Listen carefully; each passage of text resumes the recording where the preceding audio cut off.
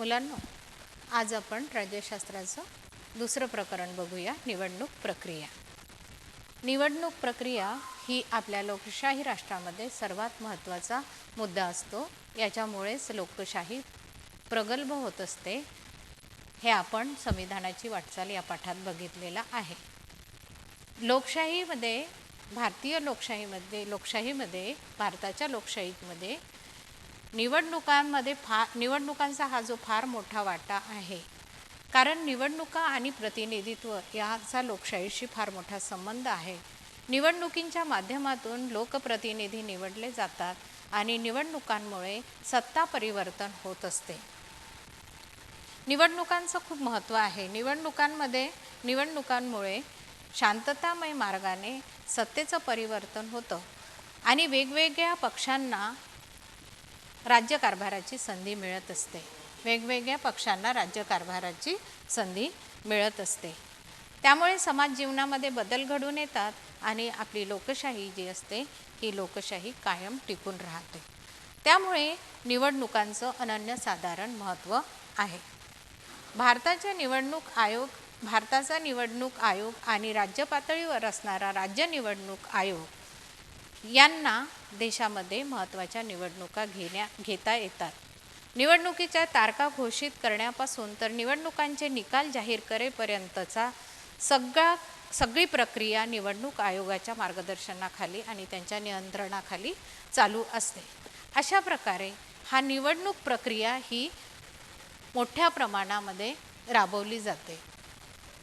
या पाठामध्ये आपल्याला हे शिकायचं आहे की निवडणूक आयोगाची रचना कशी असते, त्याची कार्य काय, त्यांच्या भूमिका काय असतात आणि कशा प्रकारे त्या राबवल्या जातात. तर पहिला मुद्दा आहे आपला निवडणूक आयोग. भारतामध्ये निवडणूक प्रक्रियेच्या केंद्रस्थानी निवडणूक आयोग आहे. म्हणजे निवडणूक आयोग हा सर्वात महत्त्वाचा असतो. संविधानाचं कलम 324 यामुळे स्वायत्त यंत्रणेची निर्मिती केली असून एक मुख्य निवडणूक आयुक्त आणि दुसरे निवडणूक आयुक्त निवडले जातात. पण जितके अधिकार मुख्य निवडणूक आयुक्ताला असतात तेवढेच अधिकार दुसरे 2 निवडणूक आयुक्त असतात त्यांना सुद्धा असतात. निवडणूक आयुक्तांची नेमणूक राष्ट्रपतीद्वारे केली जाते. निवडणूक आयुक्ताची नेमणूक राष्ट्रपती करत असतात आणि निवडणूक आयोगाचं स्वातंत्र्य जपलं जावं म्हणून मुख्य निवडणूक आयुक्तांना सहजासहजी किंवा एखाद्या राजकीय कारणावरून पदभ्रष्ट केलं जात नाही, करता येत पण नाही. त्याच्यासाठी निवडणूक आयोग हा सर्वात महत्त्वाचा असतो, कारण निवडणूक आयोगाचं लक्ष हे संपूर्ण निवडणूक प्रक्रियेवर निर्भर असते. या ठिकाणी माहीत आहे का तुम्हाला, याच्याकडे लक्ष द्या. हा जो फोटो दिसतो आहे तुम्हाला, हे आहेत सुकुमार सेन. हे कोण आहेत सुकुमार सेन? तर भारतामध्ये पहिल्यांदा 1950 निवडणूक आयोग स्थापन झालं, कारण तेव्हापासूनच आपल्या देशाला 1947ला स्वातंत्र्य मिळालं. 1950पासून देश प्रजासत्ताक राष्ट्र बनलं आणि त्यानंतर पहिल्या निवडणुका झाल्या 50-51 साली. त्यावेळी जे निवडणूक आयोग तयार करण्यात आलं, स्थापन झालं, त्या निवडणूक आयोगाचे आयुक्त, निवडणूक प्रक्रियेचे जे निवडणूक आयुक्त होते पहिले, ते हे सुकुमार सेन आहे. यानंतर आपण बघणार आहोत निवडणूक आयोगाची कार्य. निवडणूक आयोगाचं कार्य काय काय असतं? खूप महत्त्वाचं कार्य असतं. निवडणूक आयोगाचं पहिलं कार्य आहे मतदार याद्या तयार करणे. सर्वात महत्त्वाचं कार्य तुम्हाला विचारलं जातं बऱ्याच वेळा की निवडणूक आयोगाचे कार्य करतात. सर्वात महत्त्वाचं आहे मतदार याद्या तयार करणे. मतदार करण्याचा अधिकार कोणाला असतो? ज्याने वयाचे 18 वर्ष पूर्ण केलेले आहे त्या प्रत्येक स्त्री पुरुषाला मतदान करण्याचा अधिकार असतो आणि म्हणून सगळ्यांना मतदार यादीत आपलं नाव नोंदवावं लागतं. मग निवडणूक आयोगाचं पहिलं कार्य आहे. निवडणुका आल्या की प्रथम कार्य केलं जातं मतदार याद्या तयार करणे. मतदार याद्या तयार असतील तर त्या अद्ययावत करणे, नवीन मतदाराचा त्यात समावेश करणे, हे कार्य मतदारांना ओळखपत्र देणे, हे कार्य निवडणूक आयोगाला करावं लागतं. दुसरं कार्य आहे निवडणुकांचे वेळापत्रक जाहीर करणे. निवडणुकांचे वेळापत्रक जाहीर करणे हे त्याचा संपूर्ण कार्यक्रम ठरवणे हे कार्य करावं लागतं.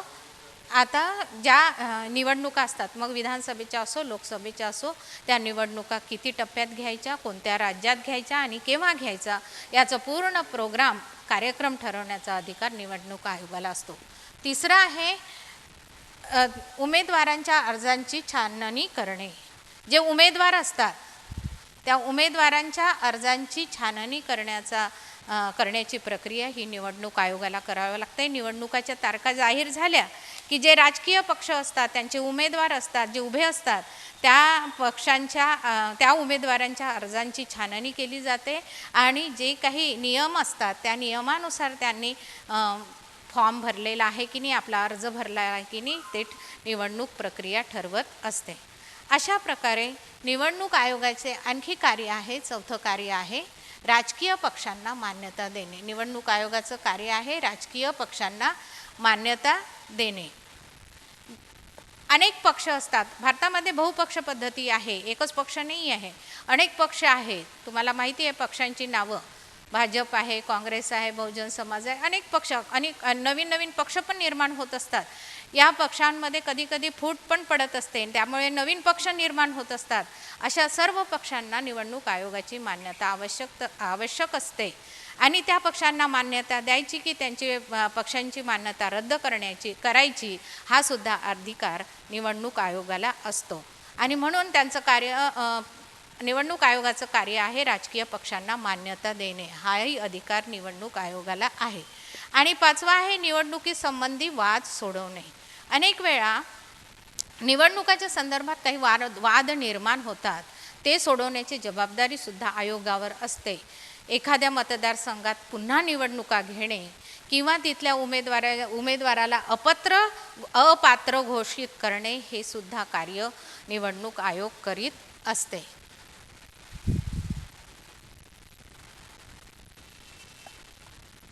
अशी ही 5 कार्य जी आहे निवडणूक आयोगाची, ही तुम्ही लक्षात ठेवायची. तुम्हाला विचारला जातं प्रश्न, निवडणूक आयोगाची कार्य कोणती, त्याचं 1-1, 2-2 ओळीमध्ये आपलं डिस्क्रिप्शन लक्षात ठेवायचं. त्यानंतर मतदारसंघाची पुनर्रचना कशी केली जाते किंवा तो पॉईंट आपण घेऊ. लोकसभेमध्ये एकूण मतदारसंख्या असते, सदस्य संख्या असते 543. लोकसभेमधील एकूण सदस्य संख्या आहे 543. 543 ही लोकसभेची सदस्य संख्या आहे. हे सभासद कसे निवडून येतात, तुम्हाला मुलांना थोडं माहिती आहे की लोकसभेच्या निवडणुका होत असतात, विधानसभेच्या निवडणुका होत असतात आणि प्रत्येक सभासद हा एका मतदारसंघाचं प्रतिनिधित्व करत असतो. लोकसभेमध्ये 543 मतदारसंघ आहेत. जर सदस्य 543 आहे तर लोकसभेचे मतदारसंघसुद्धा 543 आहे आणि हे मतदारसंघ निर्माण करण्याचं काम निवडणूक आयोगाची समिती असते, परिसीमन समिती असते, त्या परिसीमन समितीचं असते. या ठिकाणी हे बघा, निवडणूक आयोगाने जाहीर केलेल्या आचारसंहितेचं सरकारलाही पालन करावं लागतं. मग निवडणूक आयोग श्रेष्ठ की सरकार श्रेष्ठ असा प्रश्न विचारलेला आहे. जेव्हा मी आचारसंहिता समजावून सांगते तुम्हाला तेव्हा कळेल. याच्या आधी मतदारसंघाची पुनर्रचना हा जो मुद्दा आहे याच्यातील बघा, कोणत्याही दबावाखाली न येता ही यंत्रणा जी असते, निवडणूक आयोग ही यंत्रणा जी असते ही तटस्थपणे मतदारसंघाची निर्मिती करत असते. हा महत्त्वाचा मुद्दा आहे. त्यानंतर हे जे चित्र दिसतं आहे तुम्ही हे बघा, हिमाचल प्रदेश राज्यामध्ये जेव्हा मतदान झालं होतं पहिल्यांदा, तेव्हा सर्वात पहिले भारताचे जे पहिले मतदार ठरले त्यांचं हे चित्र आहे. श्याम शरण नेगी, त्यांचं नाव आहे श्याम शरण नेगी. हिमाचल प्रदेशामध्ये 1951 रोजी जी पहिली निवडणूक झाली होती त्यातील पहिले मतदार आहेत. आता निवडणूक प्रक्रिया कशी होत असते याचा हे फ्लोचार्ट जो आहे असाही तुम्हाला विचारला जातो, म्हणून लक्षात ठेवा स्टेप बाय स्टेप काय होत असते. मतदारसंघाची निर्मिती, सर्वात पहिले मतदारसंघाची निर्मिती केली जाते, मतदारसंघ ठरवले जातात, त्यानंतर मतदारांच्या याद्या तयार केल्या जातात. मतदार याद्या याचीही कल्पना तुम्हाला आहे. त्यानंतर ज्या मतदारसंघातून जे उमेदवार उभे राहतात त्यांचं पहिले नामांकन पत्र भरून घेतलं जातं, अर्ज भरून घेतला जातो. त्या अर्जांची छाननी केली जाते नियमाप्रमाणे आणि त्यानंतर एकदा त्या मतदारसंघातले उमेदवार ठरले त्या पक्षाचे की मग निवडणुकीचा प्रचार सुरू होतो. प्रचार झाला की मग काही दिवस त्यांना कालावधी दिला जातो निवडणुकीचा प्रचार करण्यासाठी. त्यानंतर प्रत्यक्ष मतदान होतं. म्हणजे मतदानाचा दिवस ठरला जातो, त्या दिवशी प्रत्यक्ष मतदान होते.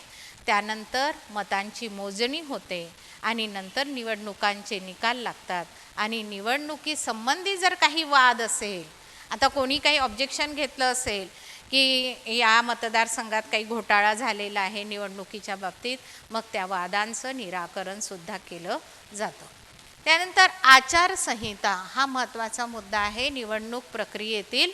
आचारसंहिता आचारसंहिता म्हणजे काय? तर भारतामध्ये ज्या निवडणुका किंवा कुठल्याही लोकशाही राष्ट्रामध्ये ज्या निवडणुका होतात त्या जास्तीत जास्त प्रमाणात खुल्या आणि अगदी न्याय्य वातावरणात व्हायला पाहिजे, म्हणून निवडणूक आयोग स्वतंत्रपणे एक उपाययोजना राबवतं, त्याला आचारसंहिता असं म्हटलेलं आहे. ही आचारसंहिता यासाठी राबवली जाते की निवडणुकीमध्ये कुठलाही गैरप्रकार होऊ नये, त्या गैरप्रकारांना आळा बसावा.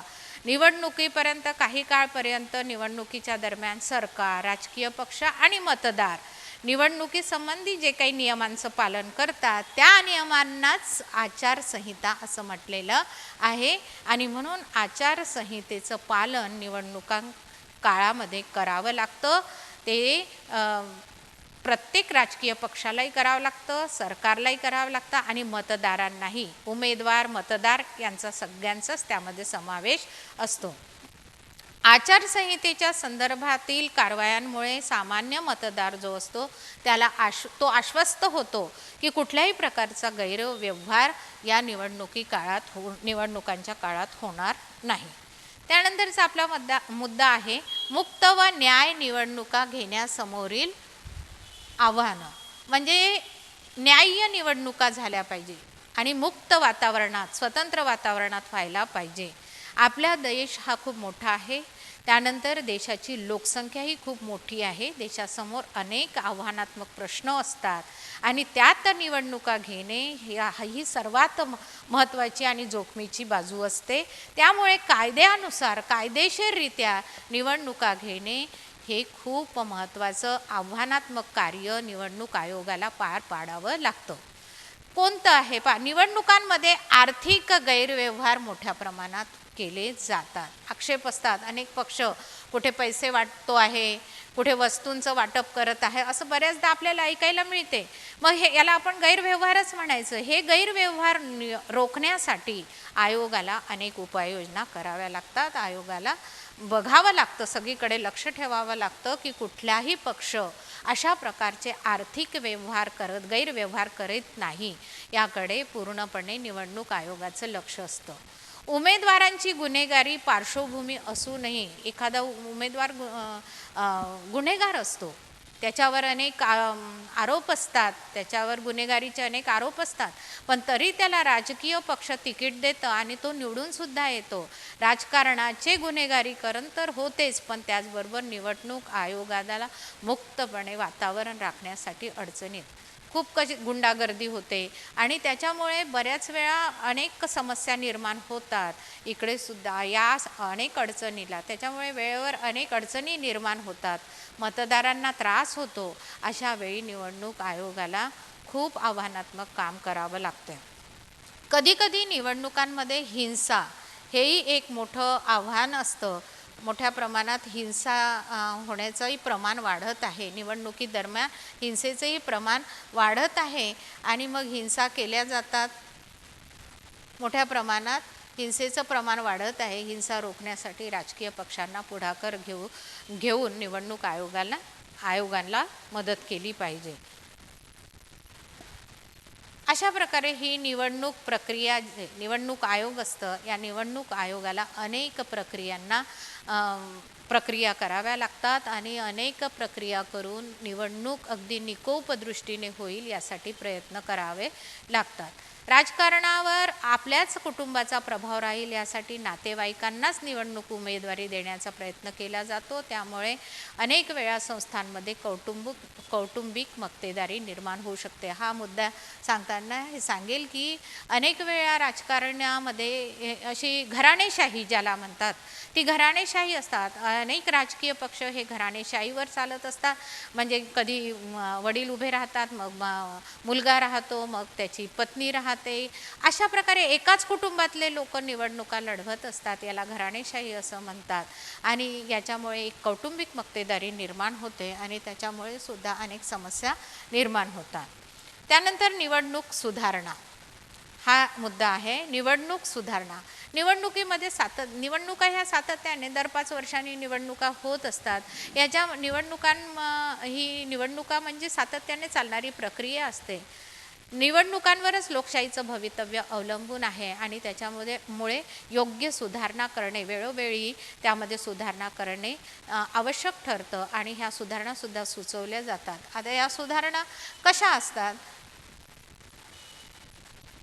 यामध्ये बघा, स्त्रियांचं राजकारणातलं प्रतिनिधित्व वाढवण्यासाठी प्रयत्न केले जातात. 50% महिला उमेदवारांना आरक्षण देण्याचा आणि त्यांना निवडून आणण्याचा प्रयत्न केला जातो. म्हणजे पूर्वी काय होतं, महिलांना कुठलंच प्राधान्य नव्हतं. पण आता मात्र निवडणुकीमध्ये सुद्धा म्हणजे राजकारणात सुद्धा 50% महिला उमेदवारांना आरक्षण दिलं जातं. त्यासाठी त्यांना निवडून आणण्याचा प्रयत्न पण केला जातो. ह्या सुधारणा अलीकडे झालेल्या सुधारणा आहे.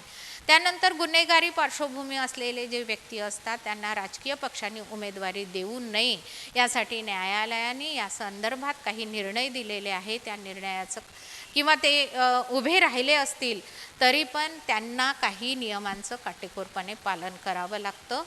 तशा नियमावली ज्या असतात त्या नियमांचं पालन करून अर्ज भरतानाच त्यांना त्या प्रकारे सगळं लिहून द्यावं लागतं. ह्या काही सुधारणा करण्यात आल्या. निवडणुकीचा खर्च सरकारने करावा, त्यामुळे राजकीय पक्ष आर्थिक गैरव्यवहार करणार नाहीत आणि निवडणुकीमध्ये पैशाचा गैरवापर थांबवता येईल. ही एक सुधारणा करण्यात आलेली आहे की निवडणुकीचा खर्च हा सरकारमार्फत होईल. कुठलाही राजकीय पक्ष स्वतंत्रपणे खर्च करणार नाही. कारण स्वतंत्रपणे खर्च करतो म्हटलं तर तो आपल्या पद्धतीने खर्चाचा विनियोग करेल. म्हणजे वैयक्तिकरित्या सुद्धा तो मतदाराला खरेदी करण्याचा प्रयत्न करतो आणि त्यामुळे गैरव्यवहार होतात. आणि त्यासाठी ह्या सुधारणा आता आयोगाने केलेल्या आहे.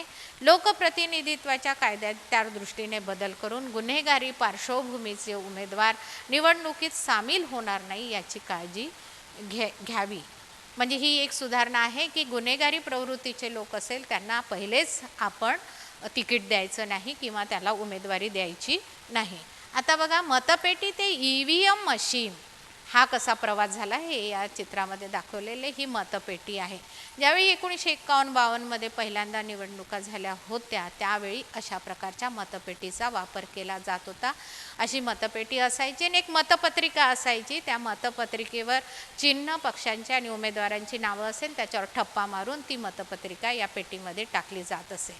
परंतु मग नंतर पहा, निवडणूक प्रक्रियेतही कसे बदल होत गेले. 1990 EVM मशीन आली. EVM मशीन आली आणि याला EVM म्हणजे इलेक्ट्रॉनिक व्होटिंग मशीन. ही EVM मशीन आली, इलेक्ट्रॉनिक व्होटिंग मशीन आली 1990 सगळ्यात प्रथम 1990 6 राज्यांमध्ये EVM मशीनचा पहिल्यांदा वापर करण्यात आला 1990 आणि या मशीनवर मतदान घेण्यात आलं. ही EVM मशीन आहे. हे बघा, ही अशा प्रकारची इथे मतपत्रिका असते आणि ही मशीन असते. फक्त मतदाराला या EVM मशीनचे खूप फायदे आहे निवडणुकीसाठी. पुढे आपल्याला बघता येईल ते कोणते फायदे आहे हे आपल्याला नंतर सांगते. तर ही अशा प्रकारची ही EVM मशीन असते. ही EVM मशीन सगळ्यांना वापरता येते. दिव्यांग व्यक्तींना सुद्धा याच्यावर मतदान करणं सोपी जातं आणि पर्यावरणाचं रक्षणसुद्धा होतं. कारण मोठ्या प्रमाणात आज मतपेटीचा वापर केला तर कितीतरी कागद लागतात मतपत्रिका तयार करायला आणि मोठ्या प्रमाणात आज वृक्षतोड थांबलेली आहे. EVM मशीनमुळे वृक्षतोडीला प्रतिबंध झालेला आहे. त्याचप्रमाणे निवडणुकीचा निकालसुद्धा लवकरात लवकर लावता येतो. हेही जाणून घ्या. ह्या ज्या चौकटी असतात मुलांनो, ह्या वाचायच्या. माहीत आहे का तुम्हाला? या चौकटी तुम्ही वाचायच्या. याच्यामध्ये बऱ्याच गोष्टी दिलेल्या. आता नव्याने ती EVM मशीन पाहिलेली, मग 2010 नंतर voter verified paper audit trail VVPAT हे पण आलेलं आहे. हा एक बदल आत्ता अलीकडे झालेला आहे. 2010ला ज्या निवडणुका झाल्या त्या निवडणुकामध्ये VVPAT आलेला आहे, म्हणजे त्याच्यामध्ये पण आणखी बदल करण्यात आलेला आहे. त्यानंतर निवडणुकांचा जो कार्यक्रम असतात किंवा मध्यावधी निवडणुका कधी घेतल्या तर सार्वत्रिक निवडणुका ज्या असतात त्या दर 5 वर्षांनी घेतल्या जातात, लोकसभेच्या असो किंवा विधानसभेच्या असतो. पण कधी कधी मध्यावधी निवडणुका घेतल्या जातात. त्या कधी घेतल्या जातात तर बघा, जेव्हा एखादं निवडून आलेलं सरकार जे असतं हे मुदत पूर्ण करण्याच्या आधीच जेव्हा अल्पमतात येतो तेव्हा एक आघाडीचं शासन असल्यामध्ये घटक पक्षांना पाठिंबा जर काढून घेतला तर सरकारचं बहुमत संपुष्टात येते. उदाहरण द्यायचं झालं तर आत्ता सध्या महाराष्ट्रामध्ये जे आघाडी सरकार आहे हे 3 पक्षांनी मिळून तयार केलेलं आहे. सध्या व्यवस्थित राज्यकारभार चालला असला, सरकार जरी व्यवस्थित असलं, पण एखाद्या पक्षाने समजा पाठिंबा काढून घेतला आणि शिवसेनेचं जे सरकार आहे जर अल्पमतात आलं तर अशा वेळी काय होईल की आपल्या महाराष्ट्रामध्ये मध्यावधी निवडणुका होऊ शकतात. म्हणजे मध्यावधी निवडणुका कधी होऊ शकतात हे लक्षात घ्या. आघाडी सरकार जर असेल आणि एखाद्या पक्षाने पाठिंबा काढून घेतला असेल आणि सरकार जर अल्पमतात आलं असेल तर त्यावेळी त्या ठिकाणी मध्यावधी निवडणुका होऊ शकतात. त्यानंतर पोटनिवडणुका कधी होतात? विधानसभा, लोकसभा आणि स्थानिक शासन संस्थांमध्ये एखाद्या प्रतिनिधीने जर राजीनामा दिला असेल किंवा एखाद्या प्रतिनिधीचा मृत्यू झाला असेल तर ती जागा रिकामी होते आणि अशा वेळी त्या जागेसाठी पुन्हा निवडणुका घेतल्या जातात. त्याला पोटनिवडणुका असं म्हणतात. हे निवडणूक प्रक्रियेचा अनेक बाजूंनी आपण या पाठामध्ये विचार केलेला आहे. हे निवडणूक प्रक्रिया तुम्ही लक्षात ठेवा. की इथे प्रश्नांची उत्तरं रिकाम्या जागा मी तुम्हाला सांगितल्याच होत्या. तुमचं जर लक्ष असेल तर निवडणूक आयुक्ताची नेमणूक कोण करतं? राष्ट्रपती करतं. स्वतंत्र भारतातले पहिले निवडणूक आयुक्त मी तुम्हाला वरती फोटो दाखवला, सुकुमार सेन. मतदारसंघ निर्माण करण्याचे काम निवडणूक आयोगाची कोणती समिती करते? परिसीमन समिती करते. अशा प्रकारे हे प्रश्नांची उत्तरं लिहायची आहे तुम्हाला. चूक की बरोबर लिहिताना ते कारण सांगायचं. चूक असलं तरी कारण लिहायचं आहे आणि बरोबर असेल तरी कारण लिहायचं आहे. टिपा द्या. त्यानंतर हे बघा, निवडणूक प्रक्रिया, अशा प्रकारचं संकल्पना चित्र तुम्हाला पूर्ण करायचं असतं.